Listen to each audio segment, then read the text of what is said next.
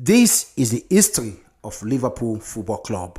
With the most Champions Leagues and League Cup of any English side and the same number of league titles with Manchester United, Liverpool easily stands as the most successful club in English football history. In total, they have bagged 70 major trophies, but it's funny to think that it all started because of a disagreement. When the Football League kicked off, Anfield was one of the original stomping grounds, though back then it wasn't home to the Reds of Liverpool, but rather the Blue of Everton. On that historic first Saturday of league football on September 8, 1888, Accrington were visitors to face the Blues of Everton Football Club. In their blue and white chartered shirts, Everton made quite the impression at Anfield, going on to win the league championship in 1891. Everton began with a man of the clout, Reverend Chambers, who formed a team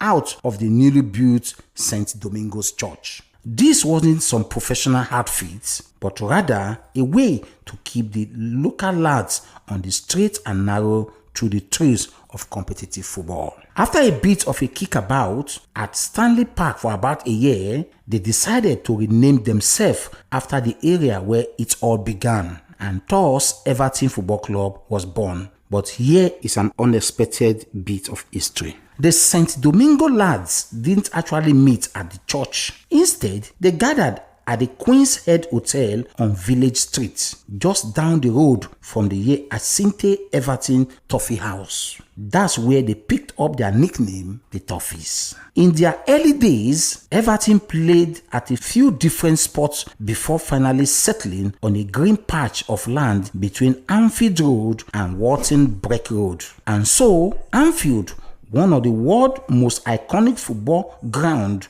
came to be. The team thrived under the guidance of John Houlding, a local borough council member and eventually the mayor of Liverpool.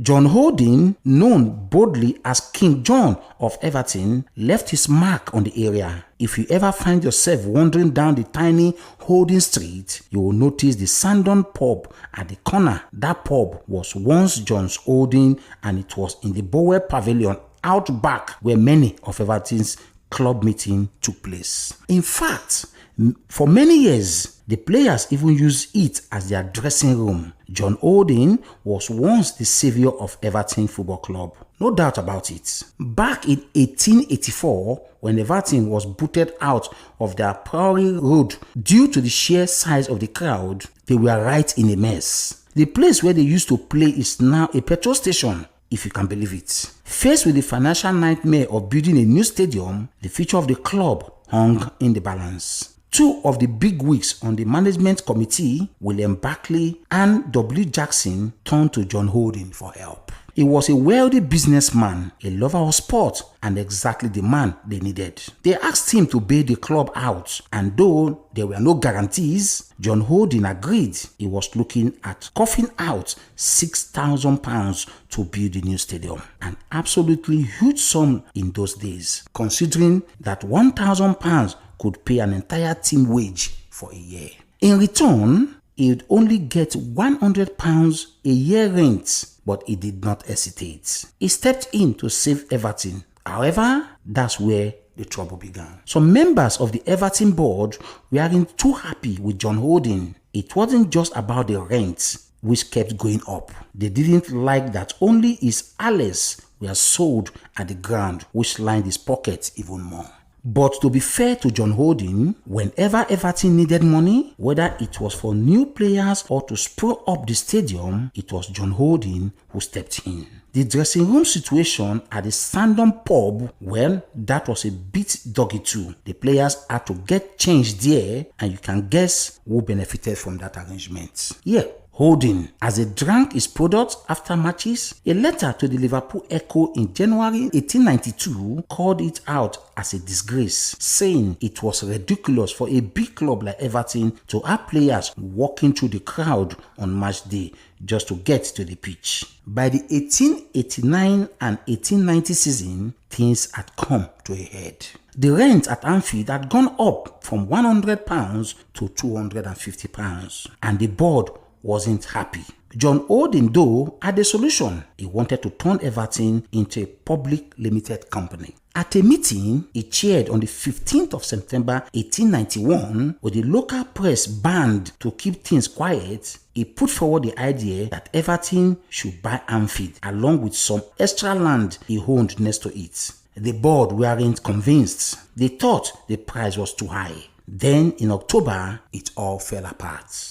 The majority of the board and the players walked out, determined to build a new ground. John Houlding later explained in a match program against Clintonville in April 1893 that he had given Everton a rent-free loan until the club started making money. If they had gone under, they would have lost it all. Despite not profiting from this, what really rallied the Everton members was his plan to sell Anfield and the adjoining land, which would see John Houlding making some money for himself. He thought it was a fair reward for the 9 years he had backed the club, but the board didn't just see it that way. They were looking for a long-term rent deal, and when John Houlding asked for a price they thought it was too high, they tried offering him less. Unsurprisingly, Houlding refused and tension hit breaking point. He couldn't believe he was being treated so poorly after everything he had done for the club. The final split came on the 12th of March 1892 at a members' meeting where George Mahon, one of John Houlding's biggest opponents, took charge. When Houlding showed up, Mahon politely offered him the chair, but surrounded by people who clearly didn't have his back, John Houlding famously said, "I'm here on trial, and a criminal never takes the chair," before walking out with around 18 or 19 other members. It was at John Houlding's house on Anfield Road where he and a few close mates, after walking out on Everton, decided to start afresh. The idea of forming a new club was on the table, and William E. Barclay, a proper football enthusiast, was the one who suggested the name we all know today, Liverpool Football Club. And just like that, on the 15th of March 1892, Liverpool FC was born. Luckily, one man who stuck by John Houlding was John McKenna, along with Barclay, who took on the role of secretary. Now, McKenna, what a man he was. Born in Ireland, McKenna became the heart and soul of this new venture. He didn't just have the charm, he had the football know-how to back it up. Over the next 3 decades, John McKenna served as a director at Anfield, chaired the club on 2 occasions, and became a towering figure in English football. He joined the FA Council in 1905, became president of the Football League in 1910, and later vice president of the Football Association in 1928. The man was involved in every important footballing committee going until his death in 1936. He wasn't just well respected, he was one of the brains behind Liverpool's early success. John Houlding may have founded the club, but John McKenna was the driving force behind it. With a £500 loan from John Houlding, never paid back till today, John McKenna recruited over a dozen players from Scotland, which led to the team being dubbed the team of all the marks due to their Scottish roots. Their early goalkeeper, Bill McCowan, was actually English. Liverpool's first application to join the Football League was turned down, so they started life in the Lancashire League. On the 1st of September 1892, Liverpool FC played their first ever match at Anfield, a friendly against Rotherham from the Midland League. Meanwhile, on the very same day, Everton were playing their first game over at Goodison Park, right across Stanley Park. The rivalry had begun. Liverpool, trying to make a statement, announced in the papers, no better game will be witnessed on any of the plots in the neighborhood. A cheeky dig at Everton. When the match kicked off with Councillor John Houlding doing the honours, Liverpool smashed Rotherham 7-1. McVeigh scored the first ever Liverpool early goal in the first half, and the team were off to a flyer. The only downer, hardly anyone showed up, just a handful of fans, while over 10,000 were on at the Everton side. A couple of days later, Liverpool played their first competitive game in the Lancashire League and smashed it again, winning 8-0. The match had been delayed because the other team turned up late, but once it got going, there was no stopping Liverpool. McVeigh, who was captain, won the toss and chose to play towards Anfield Road in the first half, starting a tradition that Liverpool captains still hold till today. That match set the tone for an incredible debut season for Liverpool. They didn't just walk away with the Lancashire League title, they also scooped up the Liverpool Domestic Cup, the Liverpool District Cup, and just for good measure, they added a reserve cup to the haul as well, securing a modest treble. A pretty impressive achievement for a club that wasn't even a year old. Needless to say, Everton was starting to get a bit nervous about their new rivals. The following season, Liverpool stepped up to the big time. After just one season in the second division, they were promoted to the first division. Liverpool quickly established themselves as one of England's top clubs, winning league titles in 1901, 1906, 1922 and 1923. By this point, the club was already a fan favorite. Consistency wasn't their strong suit. After the Second World War, Liverpool picked up their fourth league title in 1947. But then, things went a bit downhill. They entered a period of mediocrity, and by 1954, they were relegated to the second division. But everything changed when Bill Shankly walked through the door. He was hired as manager, and in typical Shankly fashion, he shook things up. His first move, releasing 24 squad players. It didn't stop there, though. Shankly transformed the club's old storage room into what would become the legendary boot room, a secret meeting place for coaches that would shape Liverpool's success for the next 30 years. Shankly's method may have been unorthodox, but they worked wonders. Liverpool fought their way back to the first division in 1962, and just 2 years later lifted the league title under Shankly. They went on to win 2 more league titles, 2 FA Cups, and their first European trophy, the 1973 UEFA Cup. In 1974, needing a break from the game, Bill Shankly decided to hang up his boots, having done the job of bringing Liverpool back to the first division and winning a whopping 10 trophies along the way. Shankly's retirement might have felt like a blow at the time, but the man had laid such a rock-solid foundation that the club didn't miss a beat. It was a smooth transition from Shankly to his right-hand man, Bob Pearsley, who picked up exactly where Shankly left off, keeping the good times rolling at Anfield. Change in leadership didn't do much to halt Liverpool dominance. When Bob Pearsley took over, Liverpool became a model of consistency. In just 9 years under his guidance, they clinched an incredible 6 league titles and 3 league cups. And they weren't just kings of England, they took Europe by storm, winning a UEFA Cup and 3 European Cups between 1976 and 1981. Presley retired in 1983, leaving behind a legacy that seems impossible to match. But his assistant, Joe Fagan, picked up right where he left off. Fagan's first season in charge was nothing short of brilliant. It led Liverpool to a treble winning the League Cup and the European Cup. But things took a drastic turn in 1985. When Liverpool faced Juventus in the European Cup final, a game forever scared by the Hursley disaster.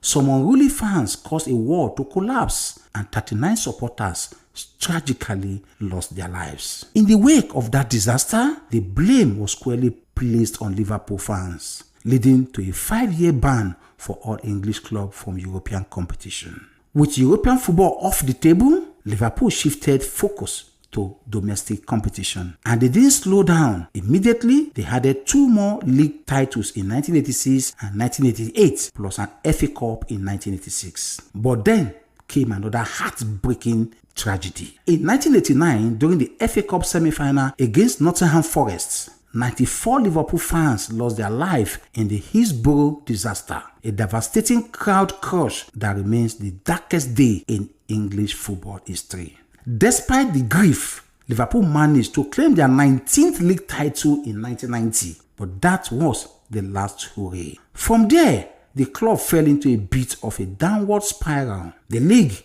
in one of the toughest rival races in the English football history. By the last time, Liverpool and Arsenal were neck and neck. Same points, same goal difference, same game won, and drawn and lost. It was like they were mirror images on the table. So the title had to be decided on goals scored, and that's where Arsenal edged it. What made it even more gutting for Liverpool fans was that they were on the brink of winning the title on goal difference right up until the last day. But then, in the dying moments of the final game, Arsenal popped up with a last-minute goal, a proper football tragedy. Fast forward 2 years, and Kenny Dalglish resigned as manager, citing the Hillsborough disaster and its emotional toil as the reason for his departure. In came Graham Souness, a Liverpool legend from his playing days between 1978 and 1984. His stint as manager wasn't exactly one to remember.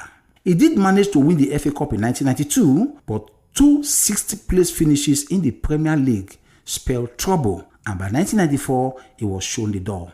Roy Evans took the reign next, leading Liverpool to a League Cup victory in 1995, but like Graham Souness, he struggled to bring the league title back to Anfield, with his best finishes being 3rd place in 1996 and 1998. By the end of 1998, Roy Evans called it a day and John Houlding stepped in. Houlding breathed new life into the club, and in 2001, he delivered a treble, the FA Cup, League Cup and UEFA Cup, ending a 6-year trophy drought. In the FA Cup final that year, Liverpool came from behind to beat Arsenal 2-1 thanks to a brace from Michael Owen. That same year, Owen went on to win the Ballon d'Or, becoming the first Englishman to do so in 22 years, and the last one to win it to this day. In 2004, Rafa Benitez was brought in to replace Gerard Houllier, and it didn't take him long to win over the Anfield faithful. Sure, he only managed a 5th place finish in the Premier League that season, but honestly, no one cared. Why? Because he led the Red to one of the most iconic nights in football history, the famous Miracle of Istanbul. Liverpool were 3-0 down at halftime against Carlo Ancelotti's AC Milan in the Champions League final, and all hope seems lost. But somehow, someway, the lads mounted an unbelievable comeback in the second half. They dragged it to penalties, Liverpool won the game and lifted the trophy, ending a 21-year wait for a European crown. That night cemented Liverpool's status as the most successful English club in European competition and 3rd overall, behind only Real Madrid and AC Milan. Liverpool found themselves in another Champions League final in 2007, again facing Milan. This time though, Milan got their revenge and Liverpool fell short. Still, Benitez's time at the club was hugely successful, but after a disappointing 7th place finish in 2010, he parted ways with the club. Around the same time,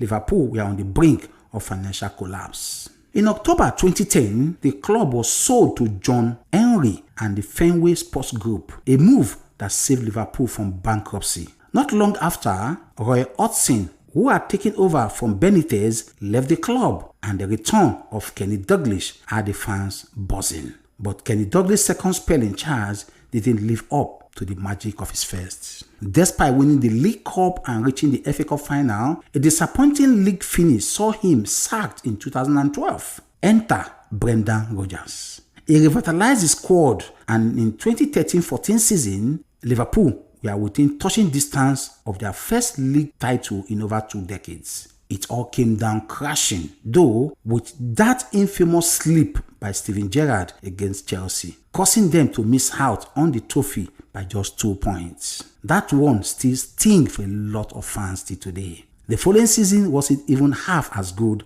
as the one before. Liverpool ended up finishing 6th, missing out on Champions League football, and the 2015-2016 season didn't start any better. So, Brendan Rodgers was sacked, and in came Jurgen Klopp. The German gaffer hit the ground running, taking Liverpool to both the League Cup and the Europa League final in his first season. Sure, he lost both finals, but you could just feel something exciting was brewing at Anfield. Klopp's revolution gathered pace, and soon enough, it led Liverpool to their first Champions League final in 11 years. It was a gut-wrenching loss to Real Madrid, especially after Mo Salah had to leave early due to a nasty injury. But Liverpool weren't done. The very next season, they produced one of the most incredible comebacks in European history, overturning a 3-0 deficit to Barcelona in the semis. This time, they beat Spurs in the final to claim their 6th Champions League title. That triumph cemented Liverpool as the most successful English club in Europe. They've now won twice as many European cups as Manchester United, and we are sitting pretty as the third most successful club in Champions League history. But there was still something missing: the league. Liverpool hadn't lifted the Premier League since its inception in 1992. They came so close in 2019, finishing with a club record 97 points, losing just one game all season, only to miss out on the title by a single point. That was a killer blow. But instead of folding, they came back stronger. In 2020, Liverpool didn't just win the Premier League, they dominated it. They finished 18 points clear of second place, racking up a record-breaking 99 points. They clinched the title with 7 games to go, the earliest any team has ever won the Premier League, and equaled the record for most wins in a season with 32. It was total domination, and it ended a 30-year wait for a league title. It was truly special. Liverpool nearly repeated their league success in 2022, but heartbreak struck again. They finished just 1 point behind Manchester City, agonizingly missing out on the title. That season was a tough one to swallow. The Reds were on for a historic quadruple, but ended up with just the League Cup and the FA Cup. They lost the Champions League final to Real Madrid again, and once more lost the league on the final day. Let's fast forward to January 2024. Klopp dropped a bombshell. He announced he'll be leaving at the end of the season. He signed off with a League Cup win and received an emotional farewell in his last game at Anfield. Klopp left as one of the most loved and successful managers in Liverpool history, a true Anfield legend. And Slot had stepped in to take the reign, aiming to keep Liverpool at the top of English football. He did not waste any time. The Dutchman hit the ground running, winning the league in his very first season convincingly and showing the English fans that he was ready to make a statement. Slot really got the fans buzzing, and they are in for another history in his leadership style. What do you think about the Liverpool story? And don't forget to also like and share this on our Facebook page at JPackTV, and hit the subscribe button on our YouTube at